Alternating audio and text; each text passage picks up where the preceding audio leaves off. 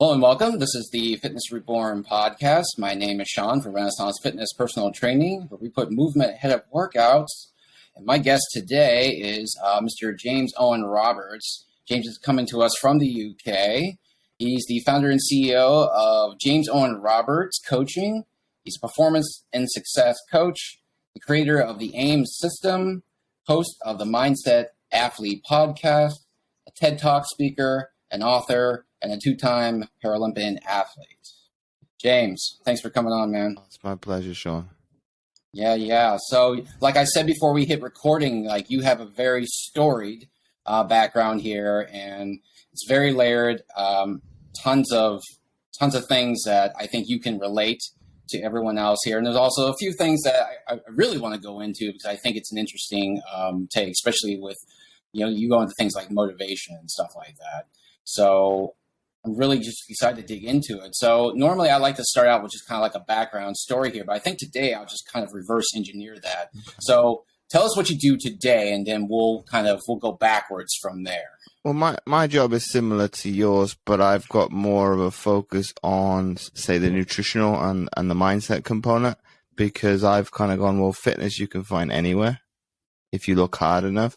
So I've gone, well, where are the sticking points where people have really problems? So that, relationship with food, traumatic experience in the past is all mindset related. So that's my focus now inside my coaching business is working back with engineering. Okay, you're going to come to me because of an issue around weight loss, which is obviously surface level. Even I know that. But if I can work with the other individual and kind of go, okay, if you're willing to unravel some of these things that may be in the closet and work out some of the problems that could be in there for years, could be for decades, it's obviously going to make the person you want to become, in the sense of the aesthetical look, a lot more easily to assemble, because you're not a fraud when you get there. It's almost, instead of like faking till you make it, it's like you're building. And Tony Robbins, I was watching his Netflix documentary. He explains it very, very well in terms of he created the man he wanted to become. So he's very, very assured person on stage that he's a very respected person within this. Well, he calls it self-improvement. I call it self-development aspect of health and fitness. But that's where I find a massive fascination, is how people operate, how's their behaviors, how's their habits.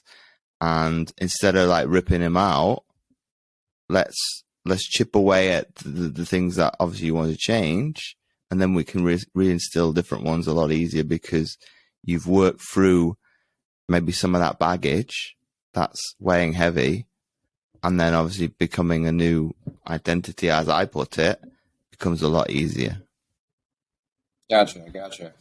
So how exactly do you really dial in on the mindset aspect of fitness here? Because I think all of us, to some degree, who work in this profession, and certainly everyone who is an active person, either in the gym or in sport or whatever, they all know the mindset struggle here. And so that's always kind of like a day-to-day battle that we all kind of run up against, either if we're working for our clients or we're just working out ourselves here. So how do you really kind of break that down and simplify that for somebody to really kind of, get a hold of? Well, I think people believe it's mindset and it's a willpower, and it's not. It's that thing is not going to be anywhere to be seen when you want it the most. So be it some of the conversations I've had recently on calls, I've said, based on what you're telling me, you're saying you don't have consistency and you don't have discipline. And one person said you hit the nail on the head. So I literally paraphrased their sentence into 2 words. But you're not alone when it comes to consistency. Self-discipline is not very easy, because to self-motivate yourself to go day in, day out to something that is unfamiliar is obviously going to be a challenge in the beginning, because there's okay, we're just recording, so we know, you and I both know that there's going to be a tailing off period now until December or January again of next year. But if people went in, instead of going in January, well, the first week of January, say January 1st, full throttle, and was a little bit more, looked at the long picture and the long game, and looked at how, hey, I put a big focus on why. Why is it important for you to achieve X, Y, Z? Because that's going to stand the test of time beyond 3 months of, oh, I got the buzz for the gym. Let me go every single day. Yeah, but you can't do that because you're going to hit burnout, and your motivation is going to waver because you've not built up the repetitions and the basic and the fundamentals to be able to do that. That I can sit here today and say a lot of the accolades behind me was what we're going to touch upon probably later on. I did lack motivation at times. I'm going to be honest with people. There was times, especially in the winter where I live, it's cold and it's miserable. Last thing you want to do is go outside. Talking to a man from Iowa here, yeah, I get that a lot. So it will. I've just shared a post on Instagram before I came on from Deion Sanders of discipline versus regret. It's a knife blade. So the discipline has blood on it, but the regret, the whole blade is red. So that's the sacrifice that people are going to have to do. It's going to hurt. But if you can remember why you're doing it and why it's important to you, so people that have got kids, it's very easy to turn the knife in, because it's like, well, why John? And I'm just picking a name out of a hat now. And apologies to any Johns listening. But in terms of if you want to run around in the backyard with your kids and you're not able to do that now, that is going to remind you when you hit a rough patch or a sticky moment as, I'm not feeling it. But I remember telling James, this is why this was important. I'm not saying that's going to motivate you on one particular day, but it would give you the ability to not take on some of the BS excuses that you might necessarily allow yourself to do. Oh, I've got time, I'm too tired. But if you go back to the reason as why you were doing it in the first place, you're able to sometimes obviously kind of go, well, let's just grin and bear it. And I don't know any person that's not done a training session after the fact that's regretted doing it. Unless it's one of these things that are going to make you want to be sick. That's I wish I hadn't done that one. But in terms of the benefits after the fact, all genuine outweigh the risk at the beginning. Right. Yeah. Okay. So I think what it comes down to is that, the motivation, it's kind of like, it's like building anything else. It takes repetitions, and it takes time, and it needs to be strengthened like anything else. Myself, I mean, I work out pretty much every day, 6 days out of 7. And even on the 7th day, I still do a little bit of something here. But I've been doing this consistently for almost 20 years now. So I've gotten to that point now where that is just built into who I am. Versus like someone who hasn't lived like that for 20 years and is now deciding to, like you said, on January 1st, I'm going to get my butt in shape, I'm going to get to the gym. And they have this world of expectation out of themselves, and they find out that, it's really a grind. Is that a lot of what you've run into in your clients? Well, I think people perceive that. I don't know if things have shifted because they don't have patience. So patience is a virtue, that people are unwilling to do that. You're talking grind. Obviously, I would reframe it a different. I would obviously reframe it a different way, so it's not so. To you and I, that's not a negative word, but if people kind of go, well, if it's going to be that hard, no, thank you. Where's the shortcut? Yeah. Where can I make shortcomings and get a easier fix? To conversation I've had with people. I think one person said to me, "Oh, if I could change today, I'd do it." It's like, well, that doesn't exist. The option's not even on the table. It's everybody would want to do that because it's easy. These things are there's no fluke, there's no luck that I was successful, but be it because I had this weird perspective in terms of I wasn't scared of going into these ventures that were unknown. It was, I wanted to do it and I was passionate about it. And this is obviously a good thing to caveat from the why is that's why I did it, because that's what I wanted to do. I was passionate about it. So thus any of the mental thing that I had to go with it was a sacrifice. As people have said to me that you had it easy. Okay, that's one perspective. Yes, you're right, but because that things aligned and they were in the right place. But there's other things that I had to let go by the wayside of. I didn't have a social life until I probably was my late 20s, because I chose to laser focus in on what I wanted to do. And in order to do that, that's a shortcoming. So, but to give some people a little bit more of a context, I went into every day of, if I enjoyed it, oh, that's wonderful.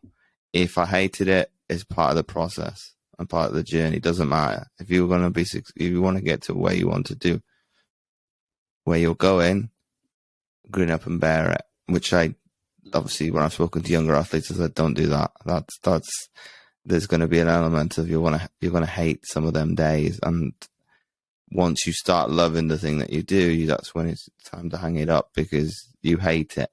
And that's an extreme from one end to the other. And obviously in the between of, if it doesn't matter, you need to get up and do it anyway. So if I had a chance to do it all again, I wouldn't go into it with that mindset. It'd be, if I enjoy it, what can I learn from that situation? If I hate it, this is the opportune moment to be able to sit down with professionals in that field. So I work with a lot of strength and conditioning coaches that I'm lucky I could probably still pick up the phone and speak to, or email, and I could ask something from a professional standpoint and get it. Well, in your expert opinion, based on this, and this, what would you do? And I'd probably get an answer. So I would maybe have gone in with a little bit more of a learning hat on to kind of go, well, if I hate it today, what can the moment teach me in order to, when it comes up again, because it is going to come up again, I'm very much able to adapt to that adverse situation and respond very much in a different way. As Tony Robbins put it, a very good way of like blaming things, but blaming on positives. That's a very good spin in terms of looking at a negative situation, because it's gonna teeter on where you go as a result. Because if I'm focusing on a negative, which I did a lot in my career, that's why I retired. Because by the end of the last few years of my career, it was a job. It was a slog. It was a negative grind. I hated probably not every moment, but most of it is like, oh, I really don't want to do this. Mm-hmm. But I lost perspective. But if I'd have maybe had a little bit more clear outlook on okay, what is it that you're trying to achieve in order to elongate your career? Because I think COVID and the lockdowns have made me be very, very reflective. I went back and said, well, you could have had a longer career, and I probably would have maybe made, potentially, I'm not going to say I would or could, potentially I should have made another 2 games. But I've accepted that the future I took, obviously that didn't come into fruition. And to sit here and speak to you, Sean, today, that if we go back to the very, very beginnings of my gym, I wouldn't think I would have got 2. I would have been happy with 1, but even that was probably a long shot. So I think, from my personal opinion, it's reframing certain things. I won't say overanalyzing, because that's obviously quite dangerous as well, but looking at things as maybe from a different perspective, because our own perspective is flawed in most cases, because we just see it from one perspective. It's either right or it's wrong. And because I've gone into things that are very Eastern learning philosophy, what is right and wrong? And people get a little bit, well, where's James going with this? Yeah. if I'm not fussed with the outcome overall, which I think in the Western world, I think we're obsessed with the result, the win, to the point that obviously sporting things that people get trophies, that used to get trophies for participating. That doesn't teach anybody that what life's going to be like, because if I'm winning, what's the point? The dude that finished last is getting a trophy as well. And I've watched coaching videos into like collegiate sport, that person's a loser. It's like, it's not going to teach you good values to get off the canvas. Or if I get a trophy for just taking part, I've got some in my house. So it's that. If we use Kobe Bryant, his late daughter and one of those, they got a fourth place trophy. He said, "No, don't hide that thing. Put it in prize centerpiece that you remember as, how does that make you feel? You don't want to be doing that again." So I've got a few of those trophies. So it's like, well, it's embarrassing to have fourth, fifth, sixth, but they're not held on the same esteem as, third through first, and they shouldn't be. Right. Yeah, that's the conundrum I think a lot of us face. You're right, exactly. Like, everyone faces periods of not feeling up for it, not feeling like I can't go on, or just like, but being able to recontext or reframe what it is that you're feeling, and it's not going to change the nature of the negative situation that you're in, whatever it is, whether you're sick or you're depressed, but it is going to change how you might perceive it, or how it might actually work for you. Like Jocko Willink has this interesting way of, he kind of just sums it up in just one word, like whatever it is, just say good. Yeah, but that's the military. The military way of thinking is weird. I'm a culture of that, because my dad is retired US Air Force and my mother was a NATO civilian. So I grew up in that environment of you don't really analyze you, because good. What does good mean? To if I was to be harsh to that, that's mediocrity. Well, it was like I don't think it's good as in like good enough. I think it's saying it's just good as in like, it's just a way of accepting what it is, just, accepting reality. That's my take on it. I don't know. I don't know what the man actually meant by that, but it's just.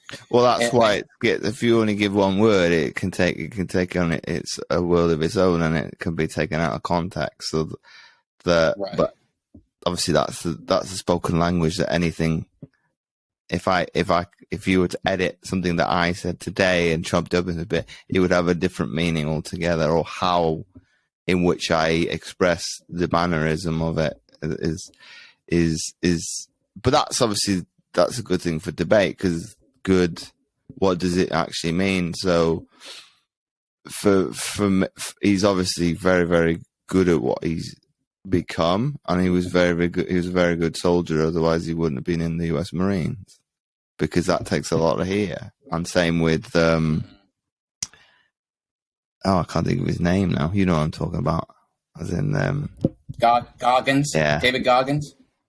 Yeah. It takes a strong person to get into these elite units, because it's not necessarily, and you've seen it, on the reality TV programs where they've brought in fitness people and they've been broken mentally, because they haven't got the resilience, the resources mentally to be able. I don't think anybody's really prepared for psychological warfare and things like that. But in terms of, maybe if you have faced an adversity like trying to lose weight from an enormous amount of poundage, you've got a far superior, potentially, mental fortitude than, say, you and I, because you've been resilient to show up for probably a couple of years to get from being, we'll say, 300-400 pounds to down to what is an average weight for a typical man.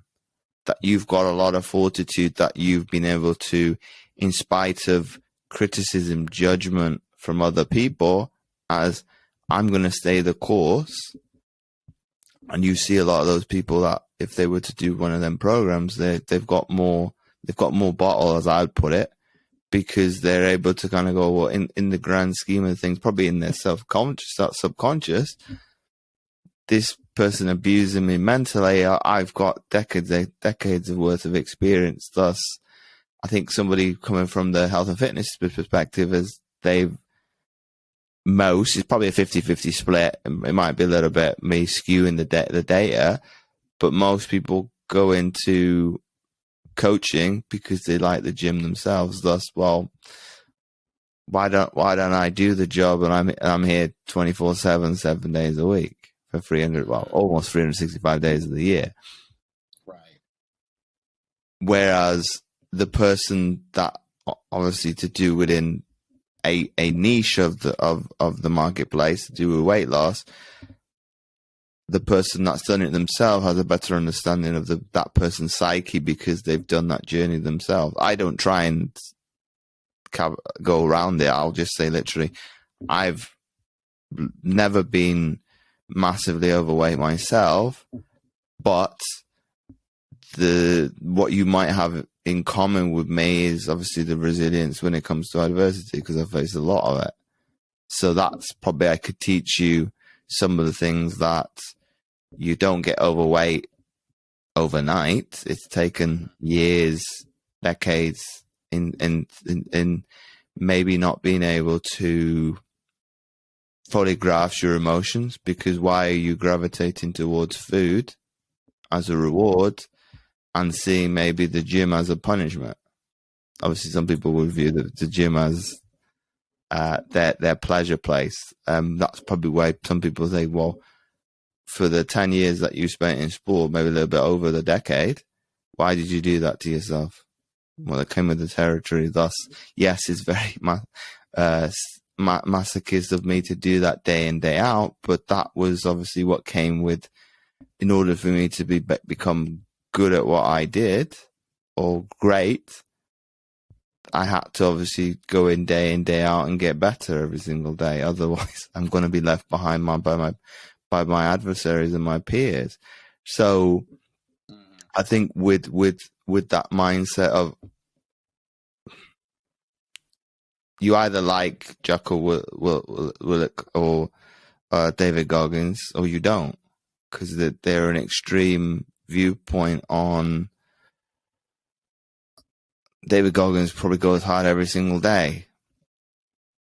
I think at this point he has no choice because he knows the entire world is watching him.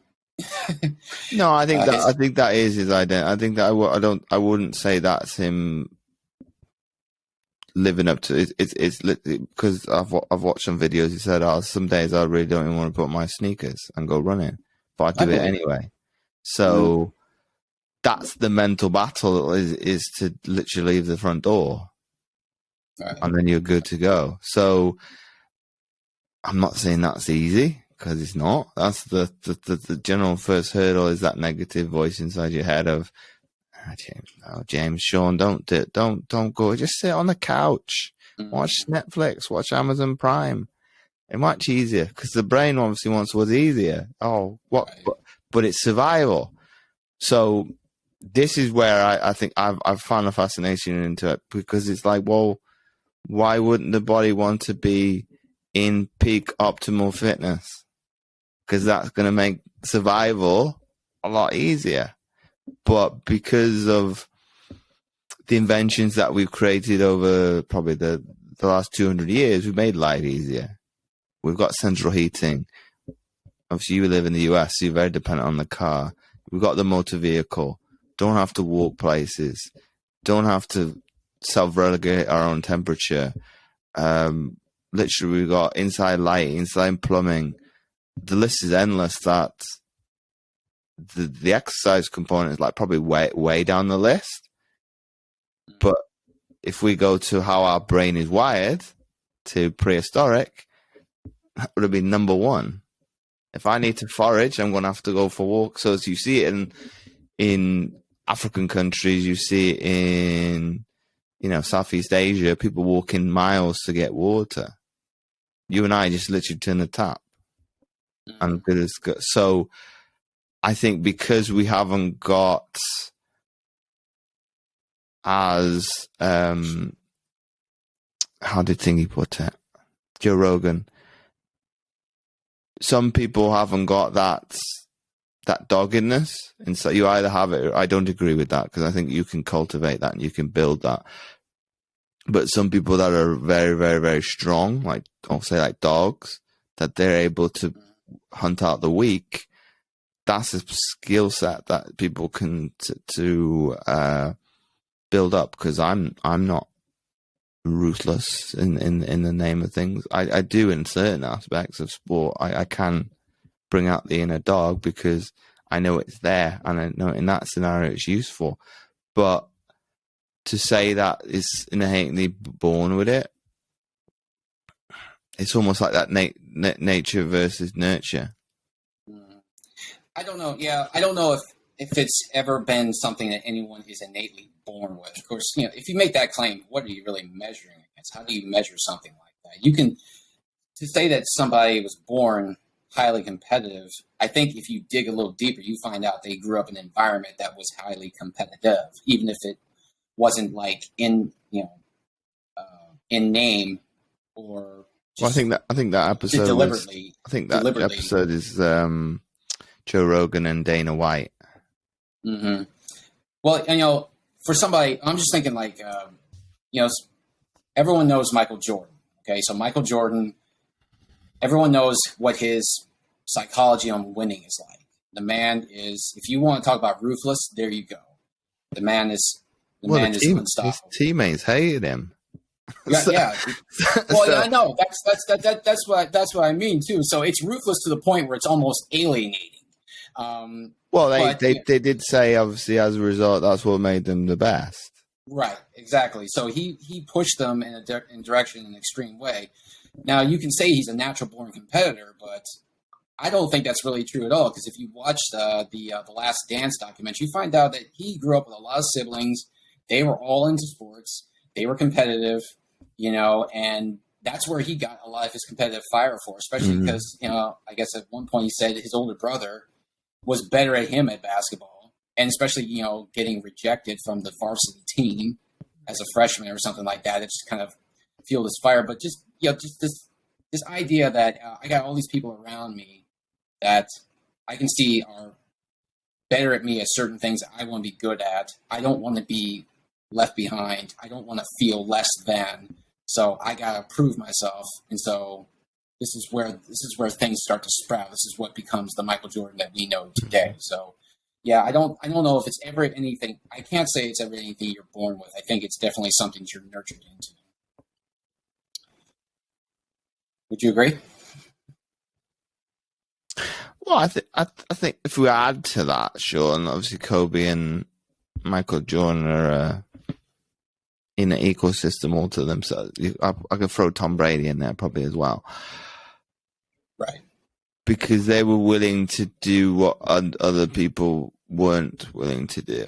Willing to do the extra yards, extra reps.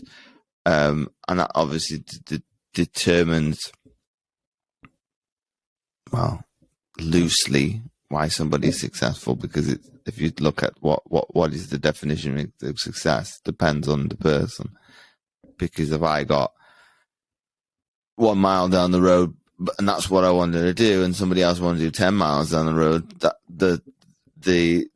it's only when it comes to comparison that you might kind of go, well, in comparison to him, I'm not as good as I could have been. Yeah, but that's where you're giving yourself shortcomings.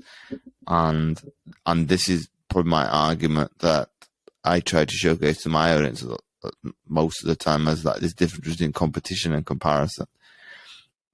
What you view as competition is not competition, it's comparison. Because if I'm trying to be as good as you, or if not better, but I'm obsessed, because Jocko Williams talks about this, I focus too much on you, I'm going to lose sight of what's important to me.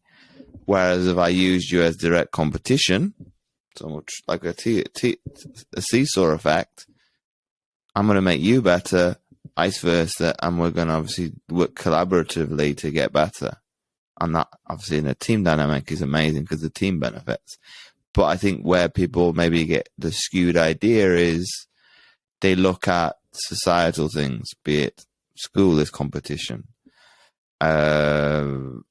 social media competition. It's like, no, social media in that perspective is bad, because if you're trying to portray your life in accordance with, we'll say, health and fitness influencer, most of the people down the years, it's got better because people have been more open as saying, hey, my photo shoot when I was cutting lean, I used 365 days a year. Obviously, some people don't do that. But for somebody that's trying to lose weight, that's almost like perfection, as I can't attain that. It's this person will never be able to feel what I'm going through because their life looks perfect, which is not competition, it's comparison, because who's to say that their life is quote unquote perfect?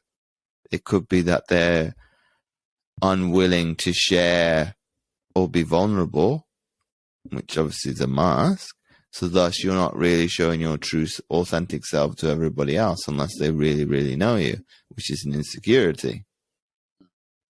So I follow a personal trainer that's very big into mental health, and that he coined himself the mental health PT. So for people go onto Instagram, you find him.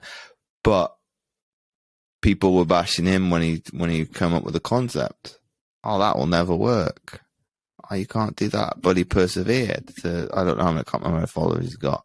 But what he shared, I believe it was yesterday, of a picture of him on vacation. As I didn't read all of it, but I knew where he was going with it. In terms of you wouldn't expect me to share this picture with, I've got rolls of it.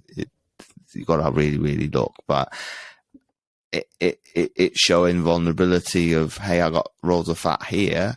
I don't like my legs, blah, blah, blah, blah. Like, they're not, in terms of the, it's almost like a male dysmorphia, as I don't look as big as size as I could be. But in comparison to what? If I was look at the front cover of Men's Health, okay, so they got their top off, so what? But that's because that doesn't bother me. But if that's rammed down your throat 12 months of the year, and you read that magazine, that is what Men's Health believe is to be the optimum men's physique. Do I want to look like, oh gosh, can't think of Jason, can't think of his surname, of Aquaman? No, I don't want. I don't. Jason Momoa. Yeah, so he's been on. So Jason people. Momoa. So a lot of the things are designed around. Oh, how did this?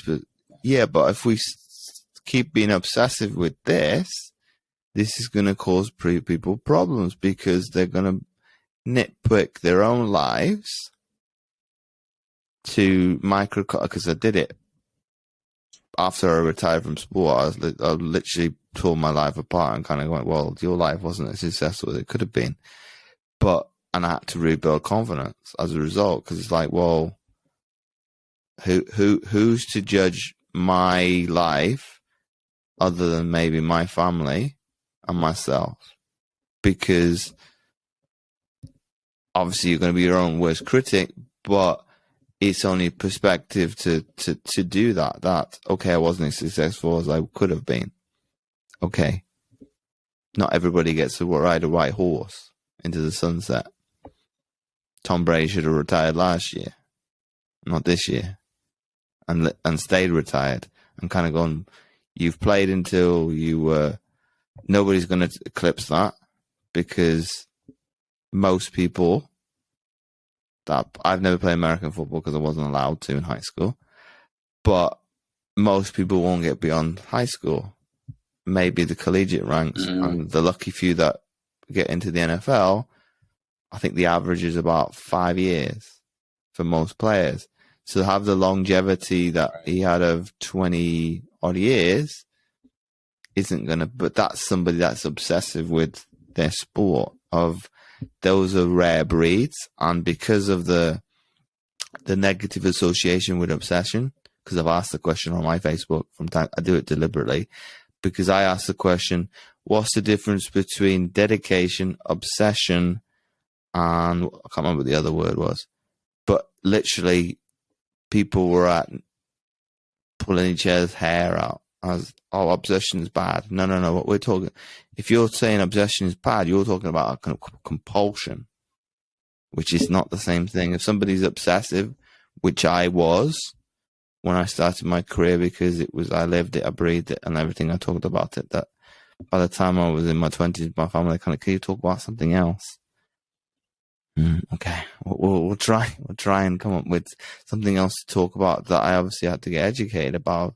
But that's because I was so laser focused on that was what was important to me, that I got a 3.2 grade point average in high school. So I was okay academically, but I didn't push myself in the classroom as much as I probably could have done, and my family would have liked. But I went, nah, I want to go in this direction and then go down that way. So the aspect of the comparison and the competition is very interesting, because it's very subjective as how do people perceive words, how do people necessarily come to their own conclusion based on maybe societal pressures, social media and media pressures of what is more maybe in the women's sphere of, perfection, whereas I think males now, because of talking about mental health, is coming up as well, because, oh, my body isn't as good as somebody else's.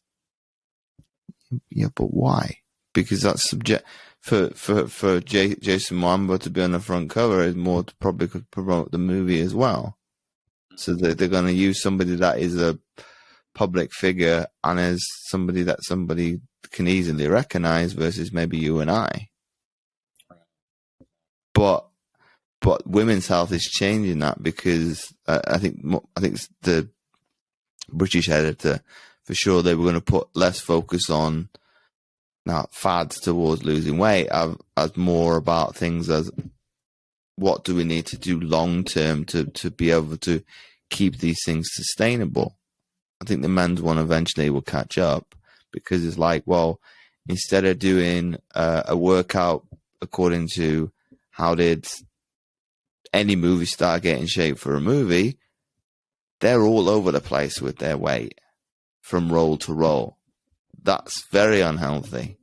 So maybe we should have a focus on that as, okay, if you go in from, I use Mark Wahlberg as an example of, he did the movie No Pain, No Gain. He played a criminal that was a bodybuilder. He put on loads of weight, but to do another role, he might have to lose weight. And they're doing this in short periods. That it's probably not a very good example because he trains every day anyway. But as in most actors wouldn't be as regimented as him, because he trains, I think it was like 4 o'clock in the morning every single day. That I think James Corden did he went to do one session and he couldn't do it. It's like, well, yeah, but you're not as healthy, and this guy's made it his life that he wants to train, and probably because of he comes from a part of the US that's very, very much blue collar. Being from Boston, Massachusetts, it would be, well, I'm going to have to fight and claw to get every success that I've obviously, and he's never lost that, even though he's probably made millions. So on the subject of resilience, so your own background puts you in a particularly unique position to speak about resilience, just based on what I've read.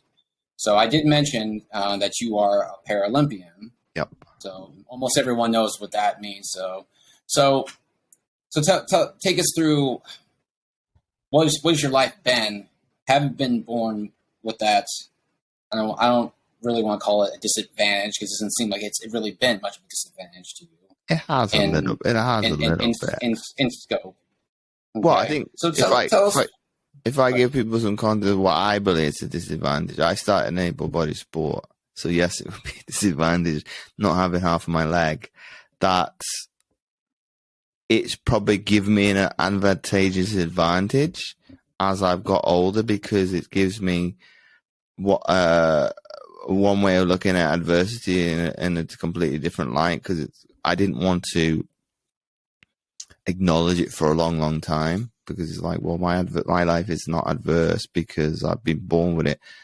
I don't know any different, but I've acknowledged that I need to own that, because it gives me an advantage of going into a situation if somebody says, well, oh, my life's not fair. Yeah, but life's not fair. I wake up every single day. I could go into that mindset of poor me, but I choose not to. But that's probably my upbringing beyond that, because in the grand scheme of things, my life's been relatively easy, because my mother lost her father at 15 years old because of cancer. So I've probably, as a result, been advantageous to, probably through cause and effect of, my family is very resilient. Of, if we're told no, it's be, well, why not? Why can this not be done? It's literally, I had to remind a client of that recently, because they didn't want to embrace somebody being sympathetic of them having, in this circumstance, they had a disability as well. It's like, no. What the person's telling you is, in their circumstances, they would feel this way. It's no bearing on you. Of, yes, I appreciate you don't want the sympathy. I love it. I love it. If somebody want to be sympathetic with me, hey, yeah, well, that's some of that energy.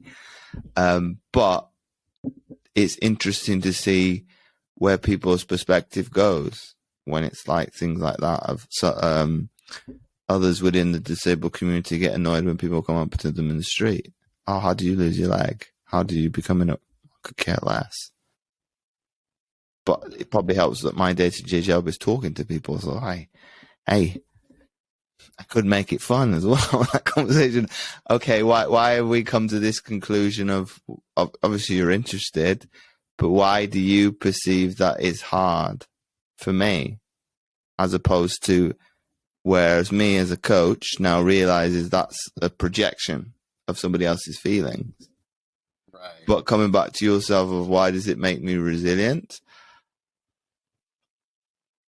I've obviously felt, woe is me, probably my preteens and teens, or why can't I be like everybody else? Why can't I have two legs? And I think once I really fully embraced myself, I say, you've got a disability. So what? If people view you a different way, that's on them. They didn't. I wasn't viewed any differently in high school. I was probably punching above my weight. But it probably wasn't until I got into the Paralympic movement that I started seeing because there is no resilience there. Everybody's treated as equal. There is no handicap, whatever. People are going to be judged on their ability. So the resilience is very much one of community, on bigging people up and supporting them to kind of go, well, where can we aid you where you've got miscomings? Where can we aid you? So for me, the resilience is, there's a lot of it. And I have to remind myself from time to time in business, as, hey, in the grand scheme of things, you're dealing with people. So it's probably difficult working in a coach, and same for yourself. It's difficult because you can't force somebody to make a decision. You can't make somebody come to come into a decision quicker than they want to. It's holding their hand and getting them to, okay, I've got this problem, I want it resolved. I'm a little bit scared. So the reassurance, which is a form of resilience, to kind of go, hey, everything's going to be okay. I'm going to be real with you. There's going to be some ups and downs.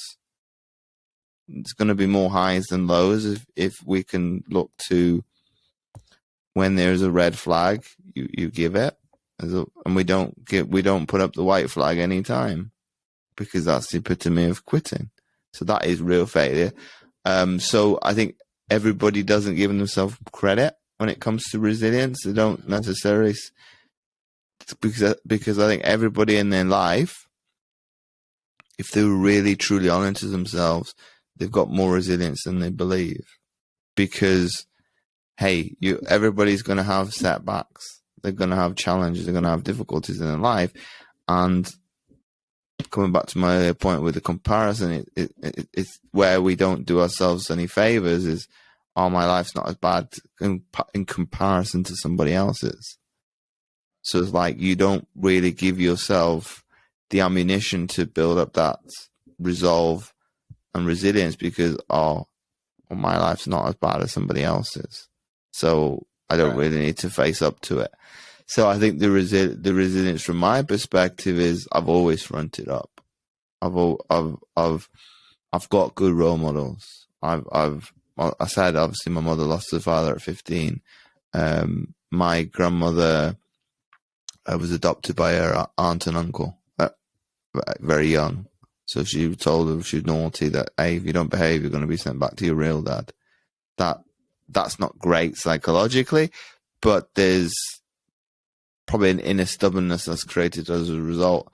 And my dad, obviously, his family has gone through segregation in the US in the 60s.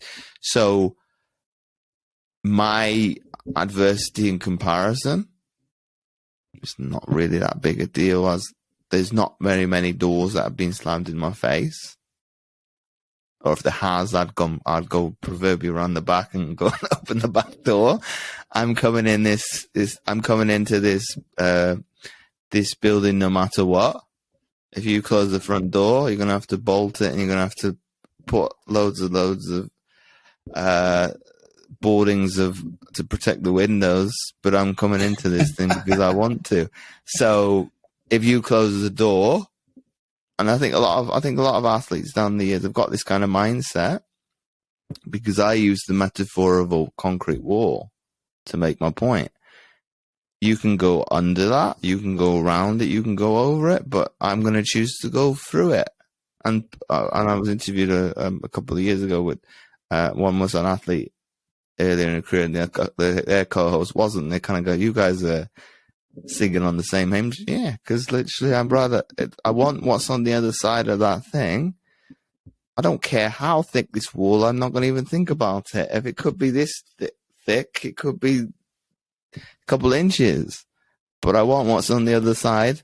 And hey, I'm going to run straight head first into it. Okay, it's a metaphor. I wouldn't literally run head first into a problem head on, because that was like me saying I'm going to deliberately have a head-on collision in a car. There's something wrong with you. But as in, for that resilience and overcoming it's a choice as well. I can either front up to it. I think the analogy I'm going to use is a better one. I can't remember the person's name, but as in, you've got a cow or you've got a buffalo. Cow's running away from a storm. The buffalo runs straight into it. But if most people are cows and they're running away from their problems, that storm's going to follow you, and you're going to be stuck under the rainstorm. If the buffalo's run into the storm, he's going to obviously get to the sunlight the other side a lot quicker, because the storm's going to pass. So that's I think, from a metaphor perspective, is the epitome of resilience. Is you've got more than your choices, but as in those are the extremes. Of, hey, you either face the problem now, or you let it manifest and it gets probably bigger. That I've obviously had that with my own life. I've brushed things under the carpet and kind of gone. Like later on, holy crap, it's all come back.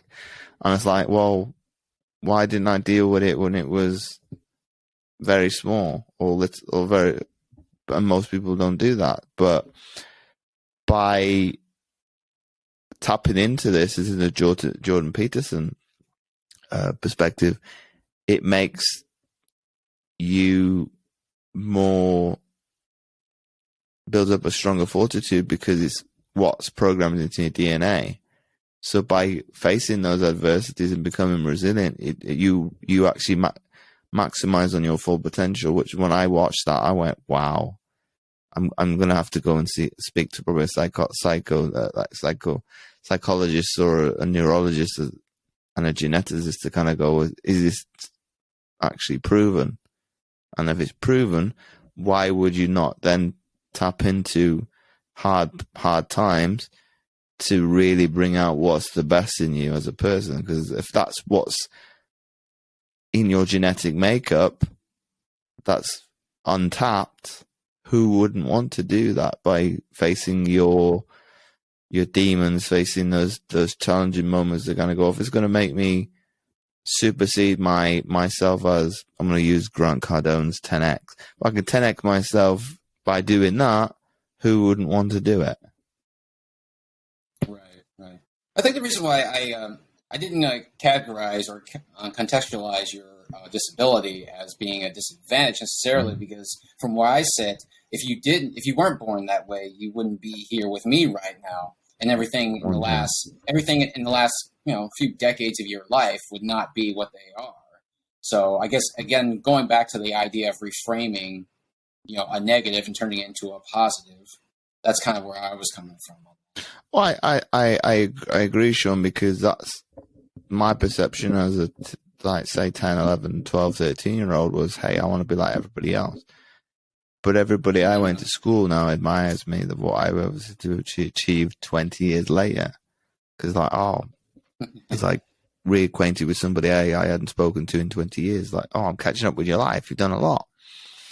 Yeah, that's only the half of it is on Facebook. As in, it's only through doing podcasts, doing talking events that when I've actually sat to sit down, this is a number of years ago, for a local councillor in local government. He went, what have you really achieved? Like, good question. I'm going to have to sit down and get back to you. It's a 2-page document. And I went, wow. I didn't realize I've got that. So obviously the introduction is only half of what I've achieved. So for me, because I lived it and breathed it, it's like, it's no big deal. Yeah, but it is a big deal, because if it wasn't for the disability, I wouldn't have had a lot of these opportunities and these doors opening to kind of go, okay, if you want to work hard and be disciplined to do this, and I'm not saying I did it myself, because I didn't. I had a good support network around me, that, hey, this might become a lot of other things that I've been able to establish as a result.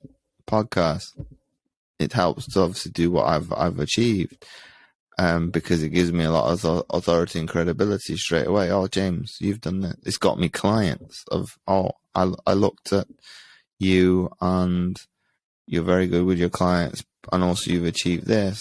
I'd like to work with you. Some people, obviously, is a turn off, because it's like, well, gosh, is James going to be, unless they don't know me or have listened to what I've spoken about or listened to podcasts, he's going to be a taskmaster. So, no. If you don't want to be coached like that, I won't coach you like that, because I didn't have a choice. I can't tell coaches within national teams, hey, I want to be coached like that. But, there's the door, James.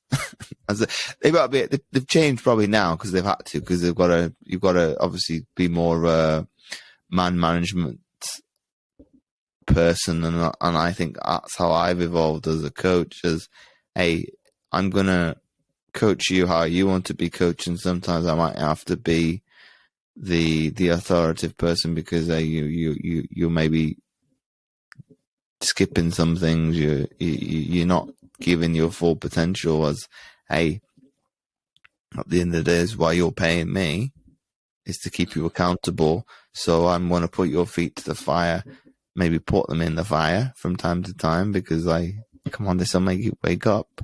Because if I was to put my hand over open flame, I would learn I've never done it, but as in, you learn very quickly, don't do that again.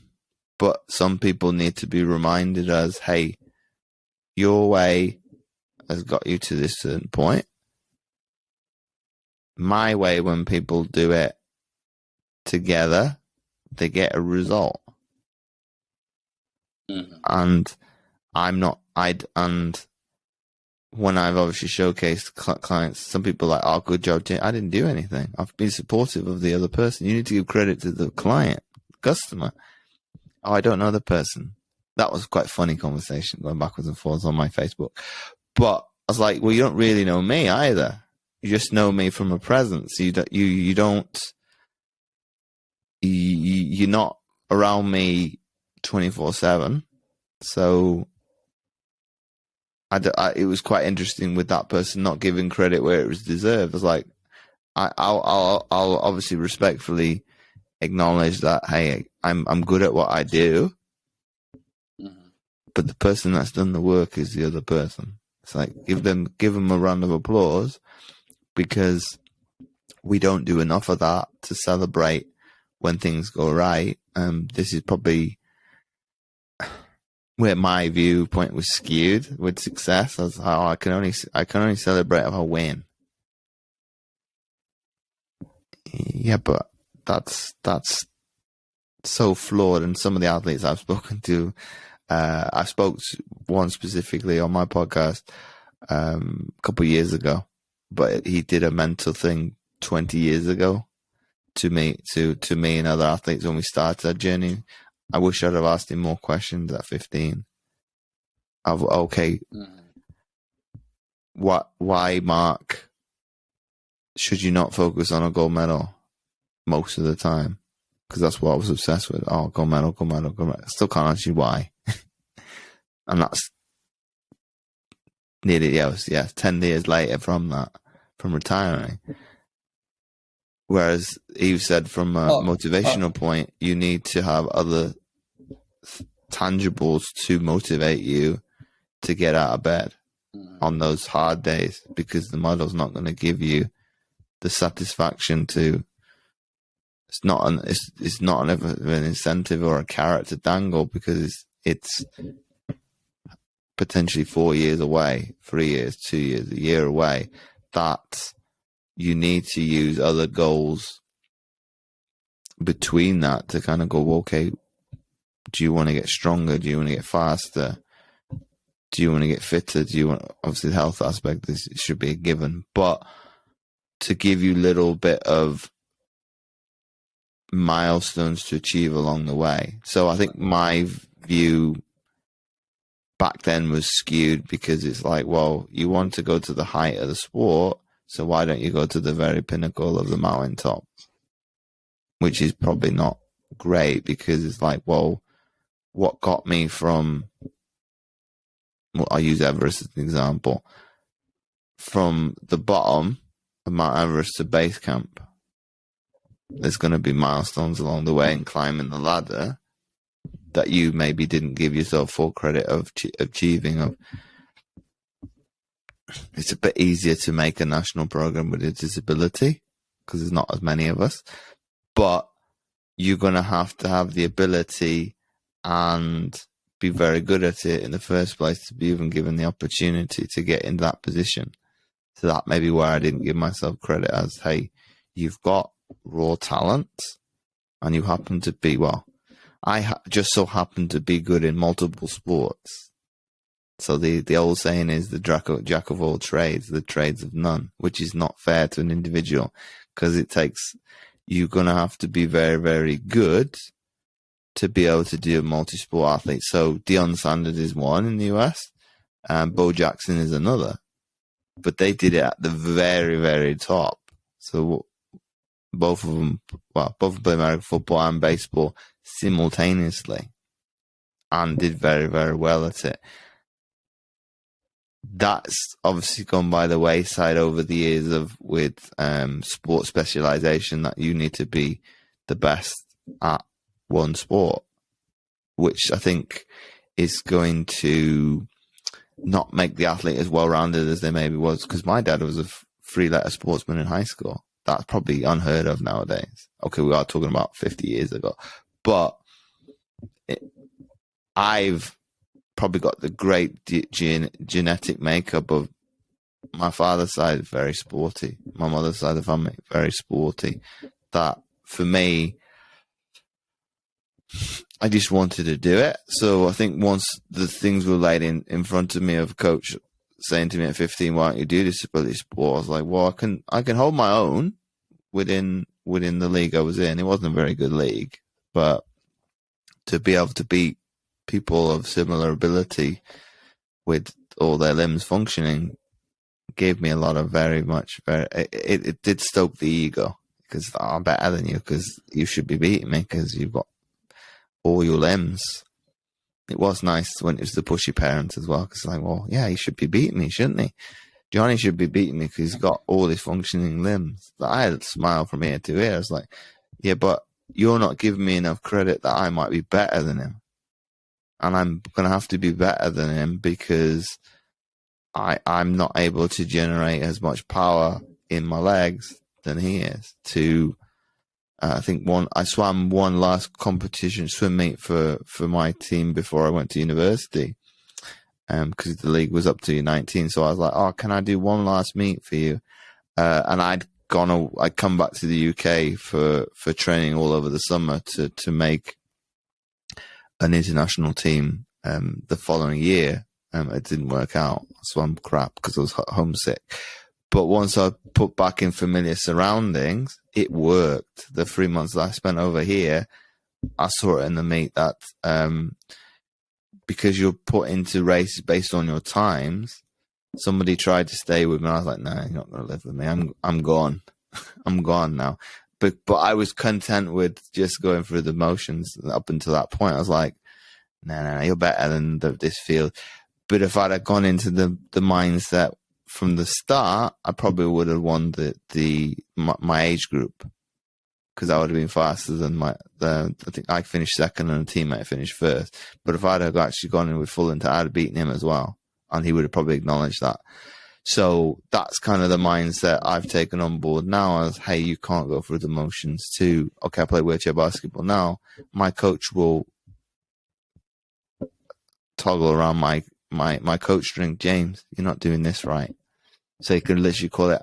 Whereas for maybe the other ones that are a little bit susceptible, they don't have the mental fortitude, they don't have the mental toughness that I think certain generations had instilled to them, as like, life isn't fair, that he'll categorize and blanket statement the group is doing something wrong. That if it's me, James, you're not doing this right, and loads of teammates will take a pop at me. It's like, I don't like it. So what's the AIM system? Talk to us about that. What's that? It was to obviously give a directive in terms of for the people to be more specific with their goals. So some people don't goal set. Some people maybe don't go levels deep enough to actually look at their goal under a microscope as, okay, I'll use weight again. I want to lose 30 pounds. Okay, what's the time frame? Why do you want to do that? What's it going to give you? So almost have an objective as what's the intention and what's the aim of your goal? Mm-hmm. So when you may be lacking in motivation, or I won't say lacking because you don't have the loss ability, you don't lose the ability altogether. But if you lose motivation, you've still got those core values as why did I want to set out on this journey in the first place? And I think most people don't do that. We go back to January 1st.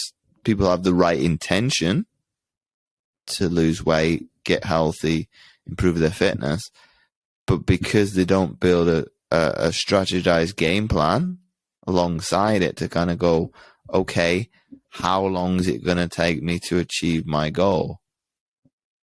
Some people have said to me, I've got no time frame. Okay, that's a problem then, because in order to achieve a goal, psychologically, it's good to have a benchmark to put in the sand.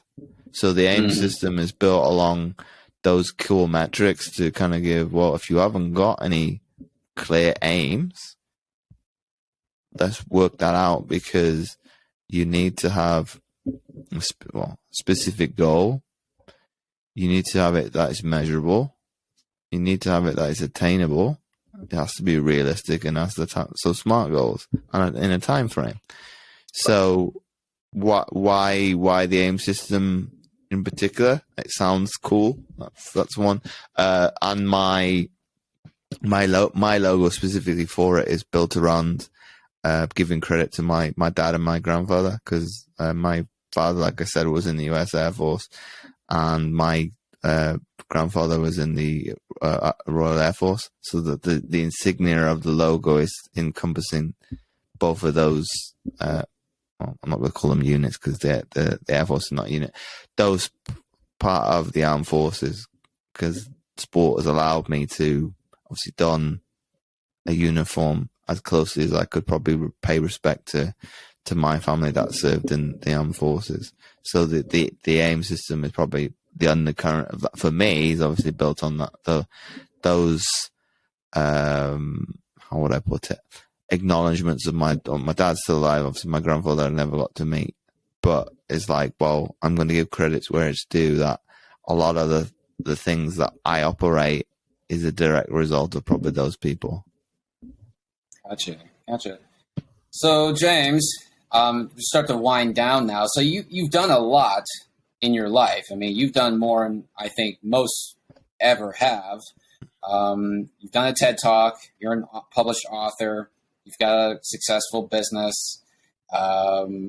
You're a Paralympian. So you're a high level athlete. So where do you go to from here? What's next? Ooh, that's a great question. Where do I go next? I think the sky's the limit, because I think when I did the TED talk, it was trying to find something in equal measure to what I'd done in sport. So it was, the motive weren't necessarily the right ones. I'd love to do another one, and to build on the success of the first one. Taught me a lot of. There's probably some mistakes in there that I could probably do differently again. In terms of what's next, I think as the business is evolving, it's going more and more towards, the Tony Robbins type kind of aspect of speaking on stage. That's, gosh, if you'd asked me that 20 odd years ago, because I was presented with doing Toastmasters as a teenager, I went, no, public speaking, no chance, no. Whereas for me, that's I think that's the next step, to be able to making an impact, to be able to have, I don't know, if it's 10 people in the audience, 100 people in the audience, 1,000, and I'm a long way behind Tony with his 3 decades of experience.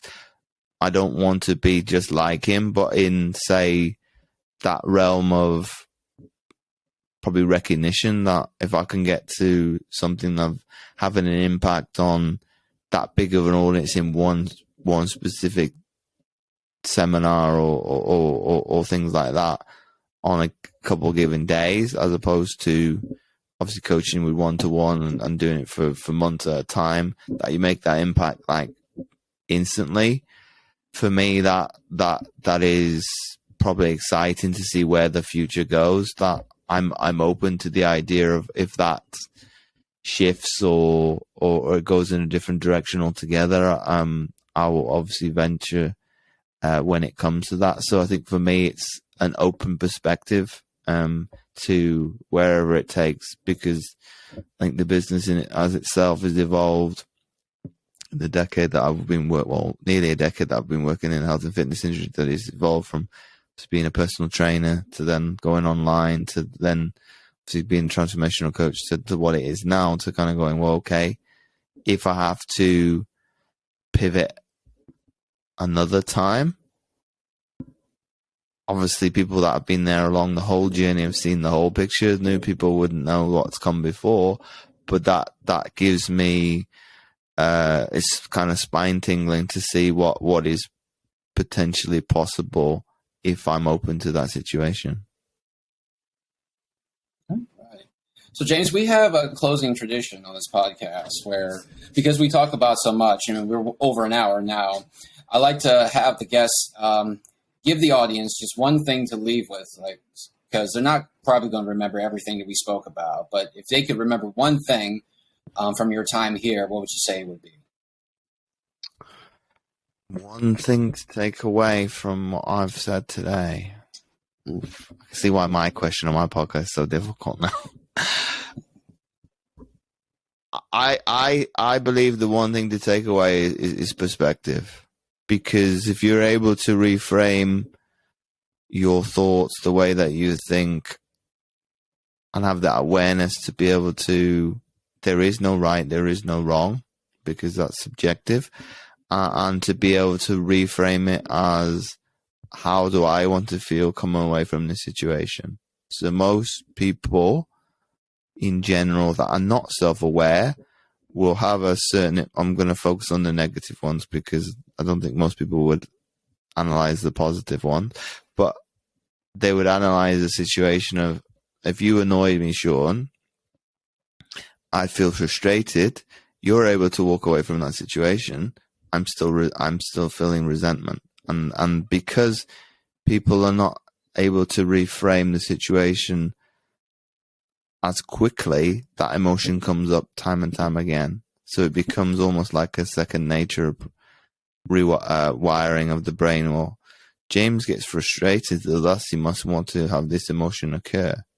So it's a neural pathway that I've created as a result, because I can't let go of that situation because I've not looked at necessarily, well, why have you annoyed me? What have you specifically said that has frustrated me? We don't come accord as, because at the end of the day, the physiological response to an emotion lasts 30 seconds, which I found interesting because, like, well, why can't people let go of things when they happen? Because 30 seconds is pretty quick.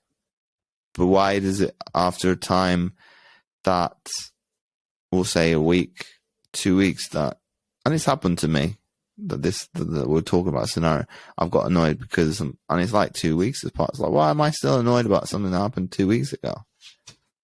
But you need to reframe, you need to refocus and look at that perception as, hey, at the end of the day, how do I want to feel coming away from a situation? Do I want to feel, we're not always going to agree. We shouldn't always agree. But you're entitled to your opinion, I'm entitled to mine.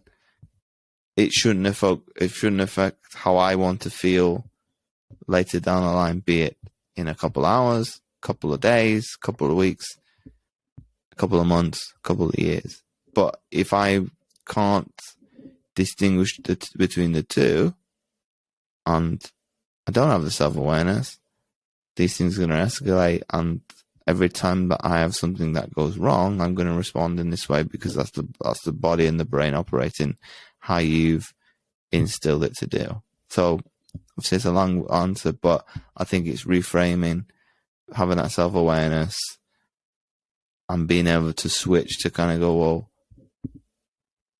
coming away from any scenario or circumstance, how do I want to feel? So I can have that level of, Trevor Marwood calls it neutral thinking, that I'm at a level-based state that is neither good or bad, that, okay, the situation might have not gone in the way that I liked. Okay, so what? What can we do about it, as opposed to doing the other alternative of, I'm going to play the victim. Try to be the victor instead. All right. Well, James, thank you so much for coming on, man. It's been a real pleasure. Oh, thanks again for having me, Sean. Yeah, not a problem. All right. James Roberts, thanks so much for everyone who's been listening. We'll see you next time. Until then, move forever. Take care.